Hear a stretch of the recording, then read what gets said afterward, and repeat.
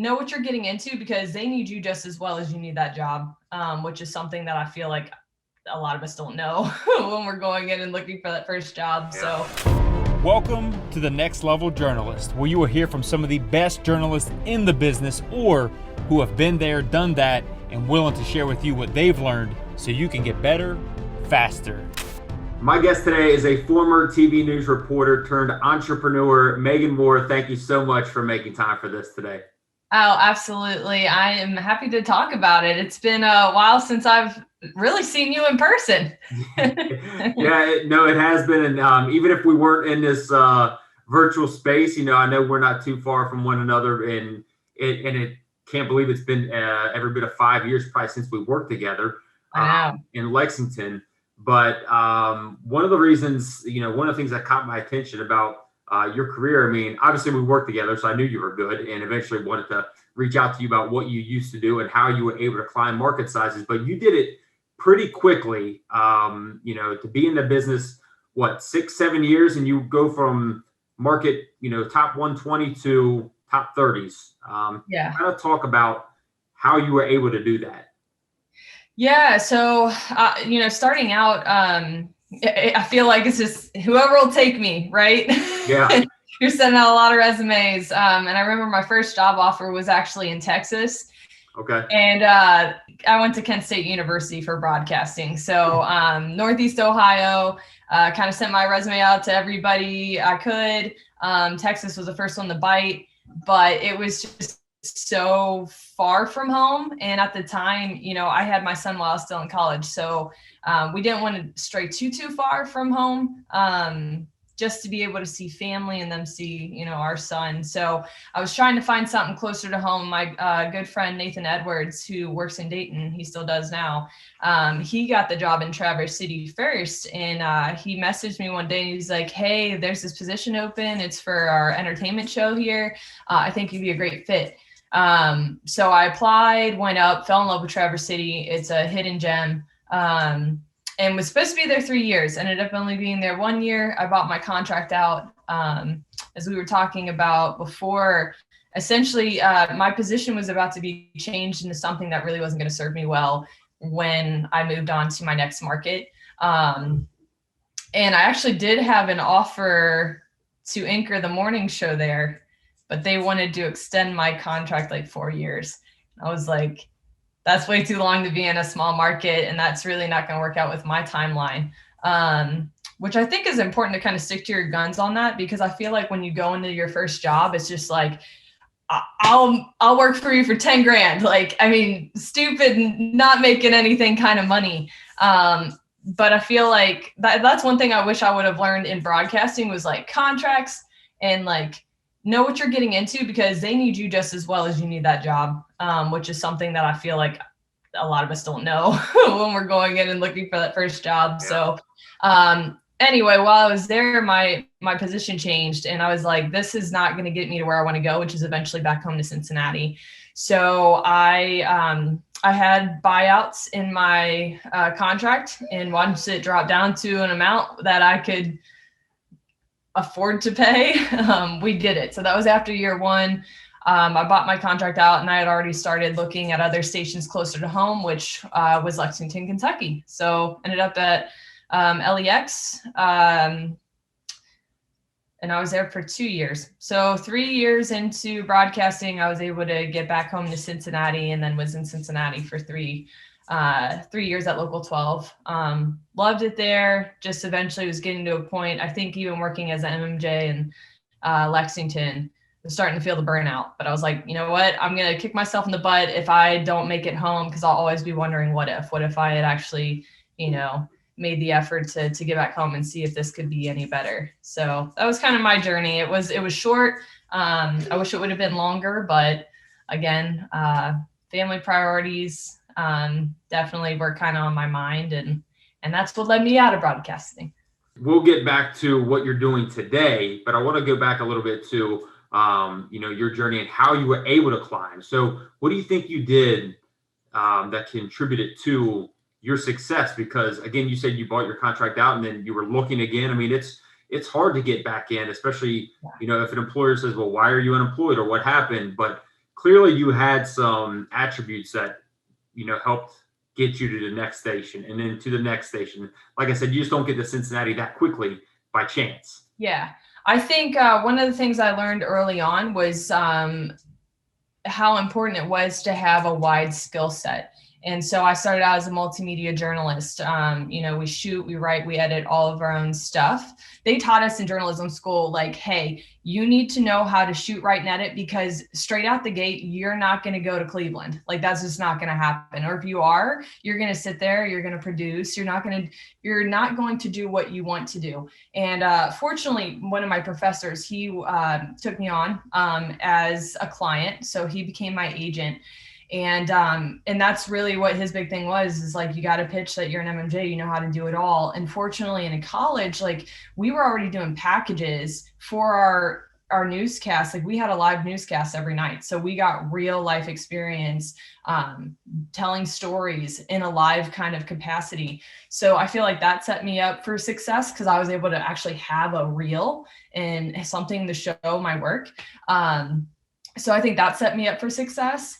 And I remember even when I got the job in Cincinnati, my news director, he's like, so you had a photographer for all this? Because I had like a string of all my stand-ups. And I was like, no, I shot all that. He's like, you shot all that? And I was like, yeah. I'm like, you got to get creative. So I think that was a way to showcase my talents. And I think that definitely fared well for me.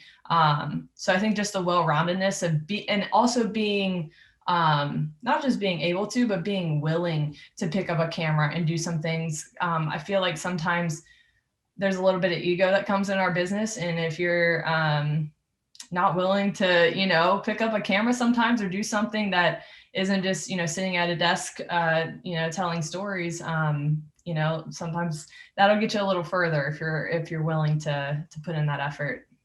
Yeah, no doubt. Being a multi-skilled journalist, I hear him called now. You certainly fit that, because I remember you were one of the first people I think I saw doing a stand-up and actually kind of move the camera as you were doing the stand-up. I thought, well, that was really cool. I'd never really, thought of that. But yeah, it's interesting that news director said, well, did you have a photographer for this? Yeah. Good for you. Which also made me nervous, because my position in Cincinnati was to be a reporter. And I was like, no, hold on. No, I get a photographer this time. Like, when I got home, that was big for me. I was like, listen, I feel like I paid my dues. Yeah. I always put in all that extra effort to make a good reel. So when I got home, I'm like, just because I can do it at this point, like, yeah. I would love to. I feel like I can do way more with a photographer too. So. Yeah, no, that's I would imagine a slippery slope, showing that you can do it all, and they see that and think, wow, we can get away with this. But it sounds like you stuck to your guns and said, hey, no, this was, like you said, paying my dues. I mean, you pay those dues, and ideally you get to those bigger markets and you get help. And then when you get help, you can, put a better product out there, as I'm sure you did. Right. Yeah, I felt like in Lexington, man, I think that's where I started to feel the burnout, because I was constant. It's always that showing like, I can do it, I can do amazing things, but also like, then that can get taken advantage of. And then it gets to a point where I feel like it's so important for leadership in news to recognize, like, just when people are burning out, like, don't lose your good people. So that's one thing that is unfortunate, because I see that happening a lot. You and I aren't the only ones who've left broadcasting since then. But yeah, and I think it's also just kind of your responsibility too, as the employee, just to express that, like, hey, I will do great work for you all day, but I need some give and take here, especially when you're covering hard news and stuff. Sometimes I feel like it's important now to express, like, look, I've been doing a lot of heavy stuff all week long, covering heavy stories. Like, I need a little bit of a break. Can I be on a different assignment today? So I think that's just important when you're in that line of work, to recognize just where you are mentally and express that. And hopefully you have some leadership in your building that will take that into account. Yeah. How about the that skill set that you did have? How do you think you developed that every step along the way? And obviously you developing it got you to where you ultimately hung it up at in Cincinnati. So how did you develop the skill set, from the camera to your writing to editing, all of the above? I think for me, like I've always considered myself a creative, so I always try to push the envelope a little bit, just see what I'm capable of doing. I think having good mentors also helped. My agent was a great mentor, and he was always telling me like, try some 3-point stand-ups. Try also Brian Gilbert, chief photographer at LEX at the time. I had great people in my corner who would encourage me, and I feel like that doesn't happen a whole lot. In terms of like the day-to-day stuff, it meant so much to me when he would just be like, oh my God, Megan, I saw that stand up, or I really love this transition. Just little things like that. Like I don't need a pat on the back every day, but somebody recognizing, and I would even say the news director at the time, he would tell me like, hey, Megan, I saw that story. I really love what you did with that. And that meant a lot. So I think having people in your corner just encouraging you really helped. I think also just being a news consumer, watching other reporters and seeing great things and not doing copycat stuff, but learning how they did that. Because like I said, I mean, you can fool people in terms of my news director in Cincinnati where he's like, you did that? I'm like, yeah. But making it look like, you have a 2-man team if you have the time to do it. I think it's just kind of watching other people's stories and figuring that stuff out. And then constantly sending stuff out and asking people like, hey, what do you think of this? Or how could this have been better? I definitely think that's important. How about challenges, challenge that you faced along the way? Anything that stands out to you, whether that be in your first job or your last stop being in Cincinnati? What stands out to you from, whether it be a day-to-day challenge or a challenge that just sticks with you that you learned from, got better from, that you can share with us? The challenge for me, and I'll say this because I think it's important that this is something that starts to become addressed in our line of work. And I've seen it in articles before, but the mental health component of what we do, I feel like when you're watching the news, sometimes people don't realize like we're physically there. Like we are encountering with no filter the emotions and the trauma of what has taken place at tragic stories oftentimes. And we're covering a lot of it. I worked in morning news at LEX 18. And then also when I went to local 12, I worked the mornings. So it's already an exhausting schedule. And you're already mentally just like oftentimes not in a good place. You're not getting a lot of rest and not a lot of sleep, but also just kind of consuming that every day. That became a challenge for me. I think that's really where I started to get burnout, and also not being a better enough advocate for myself and like telling, my news director, like, hey, we've been covering a lot of heavy stuff this week. Like, you mind if I go and do the light fluffy piece, this Friday or something, just to kind of recharge your batteries? Because I feel like it's dangerous twofold. Either you get tired and burn out, or also just as a human, I feel like you can get jaded, which is also not a good way to experience life. And I think for me, I don't know, like I just took on too many emotions all the time when I was out on stories. And, you do care. You care about the people you're interviewing. They're sharing a piece of a story. Like we always see people on the worst days. And for a lot of reporters, like that's just another day for them. But I never let that leave me that like, this person is going to remember this day for the rest of their lives. And I want them to know that I value that they took the time to talk to me about what happened. So I think that was a constant challenge, especially with management, of having them just respect your wishes on some things. There were some things that I was asked to go do, knock on some doors that I didn't want to do because I didn't feel like it was the right time. And I honestly think if somebody wants to talk to me and share their story, they will at a different time. But we should get that interview when it's the right time and not just because it's a deadline today and the other station grabbed it by chance. So those were some challenges. I think a lot of the challenges I experienced was with leadership within our newsrooms. I love how you said this multiple times at this point, basically, speaking up for yourself, and, when needed, speak up for others as well. But, when you're in that season or you're in that, I mean, gosh, it's been so long since you were, in that situation. And we've obviously grown since then, mentally and emotionally, all the above. Yeah. So to be able to pass that along to someone who maybe sees this that is in that season right now, saying, you know what, if that's, what she experienced, and I'm experiencing that, then maybe I should speak up. So Yeah. I think you're one of the first people to say that on here. So I appreciate you sharing that, to basically be an advocate for yourself, just as you said, because it's important to speak up and, to go to bat for one another. And Yep. hopefully, leadership is, can see that. But you're right. Sometimes the not the best leaders are in those positions, Right. but you've got to speak up for yourself. That's great, Megan. Yeah.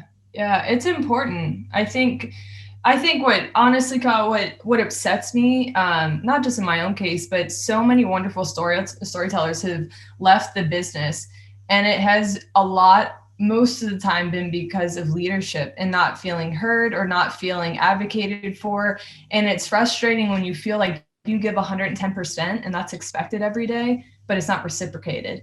And that's important, because I feel like newsrooms are going to be way more successful if you care about the people who are sitting in those seats right now and what they're passionate about and what they're good at, versus them leaving. And then, obviously new people will take our place, but I feel like the people who are in your newsroom now need to feel valued, especially if they put in a lot of time and effort for you. And they're people you could count on all the time. So I just think there definitely needs to be more, a better relationship, honestly. And just feel valued and not like you're just a number and you're replaceable.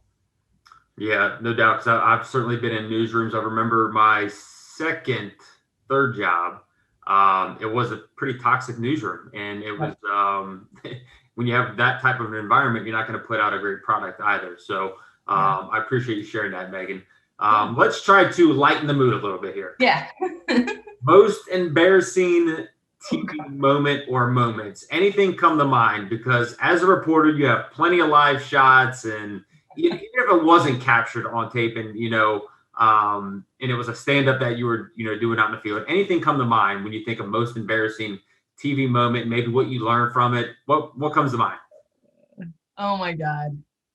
I think the horror of any reporter screwing up live, Right. which I've fortunately been able to weave myself out of it some way. I think the biggest one was actually a very serious news story. It was an Amber Alert situation, and essentially there's a missing kid and they were trying to find the car. So in my head, the most important information all morning long was tell people the license plate, tell people the license plate.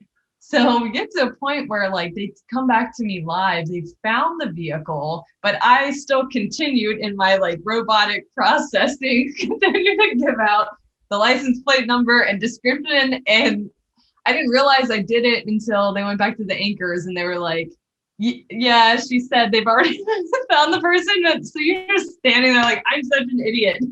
So that was pretty embarrassing, because I'm I just told you guys they found the car, but I'm also giving you this information that has been drilled in my head all morning. Don't forget this, don't forget this.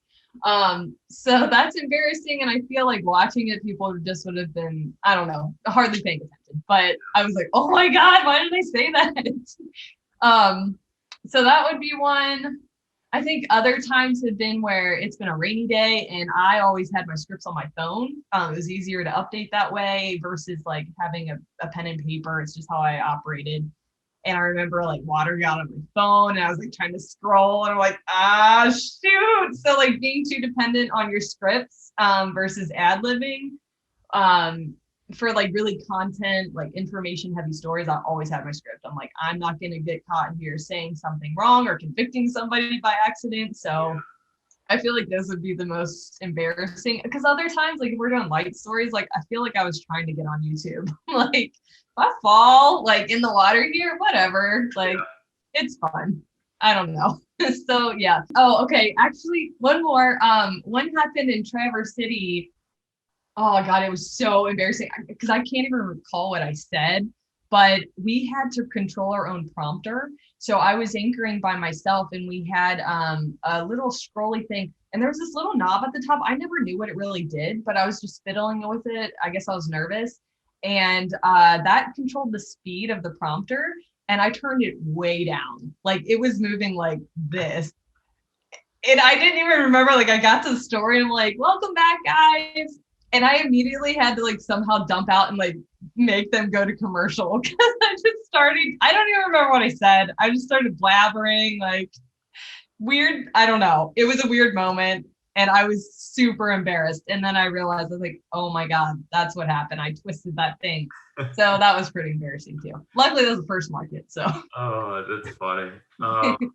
So tell us, Megan, what are you doing today? So you get out of TV and you pursue your own deal. Tell us a little bit about what you're doing today and, how those things, what I've learned from leaving TV and doing my own thing. Obviously, I do video production, so there's a lot of similarities, a lot of transferable skills, but there's also transferable skills that I didn't realize would be transferable. So tell us a little bit about your transition and what you're doing today. You know what? I'm glad you asked that question because I think I've needed like to give myself a little pep talk and just feeling better, like running. So I run my own business, which is amazing and great. And you have, creative control over a lot of things, but also there's just all this added stress of things that I'm not really strong at. Logistical things like boring finance stuff, all that stuff like is not my deal. So I run, it's called Daisy Jane's Flower Truck. When I was getting close to the end of my contract at Local 12, I was burnt out. I was like, I could not sign another 3 years here. Like, I'm not going to make it. Like, I'm so checked out, done, ready to move on. But throughout my career, we had always interviewed like really incredible just business owners or people who just took a leap to chase a dream. And that always inspired me so much. And it got to the point, it's like, I'm telling everybody else's story. Like, I want to really live mine. So that's what it really kind of led to when I decided to leave TV. I was like, listen, like, I don't have room to grow here. I have reporters who are older than me who've been here for over a decade now, and they're not even anchoring yet or really getting even shifts that they enjoy. So I just felt like there's no room for me to grow, and I need to feel like I'm growing in some way, and I don't want to be stagnant. So I ended up starting a flower truck, and now I have 2, and we also have a flower bar in Cincinnati. Things that have carried over for me, I think, is the ability to just kind of let things roll. I think in news, we're so dependent on everybody else's schedule. It's like news story breaks. Oh, I have to, reach out to this contact, call this person. And sometimes you're sitting here waiting. You're like, oh my God, like we need this interview. I got to get this before 4 or 5 o'clock. So I think when things don't go my way in business, I'm just kind of like, all right, on to the next one. Sitting here and stewing on it is not helping matters. Like just pivot and do something else, which is a lot of what we did this past year with the pandemic. It's a lot of pivoting. This isn't working. All right, fail fast, move on. So I think that was something that news taught me, is just being like, it's got to get done today. And that fast pace definitely set me up for success in business of being like, all right, this isn't working, move on next. So, and just being able to handle the pressure day to day. I think we underestimate how much pressure we're under, regardless of if you're doing sports or weather or news. Like there's a lot of pressure in being live on TV, turning quick deadlines. So I feel like that all has taught me a lot in just being able to handle a lot of things fairly easily. Because I remember my husband, he does search engine optimization for hospitals across the country. So it's very much like quarterly planning, and like he knows what he's going to do every day. And I remember like having conversations with him. He'd be like, so what are you doing tomorrow? I'd be like, I don't know. He's like, what do you mean you don't know? I'm like, I'll find out when I get there. But that's my personality. Like, I just love like constantly changing and having the ability to, I don't know, just every day is an adventure. And I feel like if I worked at a desk job, like I would lose my mind. So, I think there's a lot of similarities in starting your own business and broadcasting. A lot of risk, a lot of pressure, a lot of thinking on your feet, and And also it still affords me the blessing of being able to meet really amazing people every day. When they come to my truck or to the shop to buy flowers for someone, just knowing what that's for and just hearing a little bit about their story. Like I still have not lost the probably to most people annoying thing of just like having long conversations with everybody who I see, because I enjoy that so much, and that's one thing I do miss from broadcasting. Well, that's neat to hear that. One, that it's important to note that you mentioned like you were telling other people's story. You know, that's what it's all about when you're in TV news. It's not about your story. It's about telling other stories. Sometimes people get that twisted and they think I'm on TV, I'm important. You obviously were not one of those people. But now you get to tell your story and pursue a new dream. So that's cool to hear that things are going well. Yeah. And especially, you know, in spite of the season that we are. So hopefully things continue to trend upwards for your business. And obviously the season, let's get out of this season and, better days ahead. So congrats to you on making that change and that move. And Megan, thank you so much for making time for this today. Absolutely. Happy to do it and happy to see you and hear that things are going well. And I wish you the best of success with your business too. You're killing it. And thank you for checking out this channel. If you found this content beneficial, I'd appreciate it if you hit that like button, hit that subscribe button, and share it with someone you think might find it beneficial as well. Because this channel was simply started and created to serve you, to help others grow, to learn how other successful TV journalists do or did it. So take what serves you so you can get better faster and reach your next level.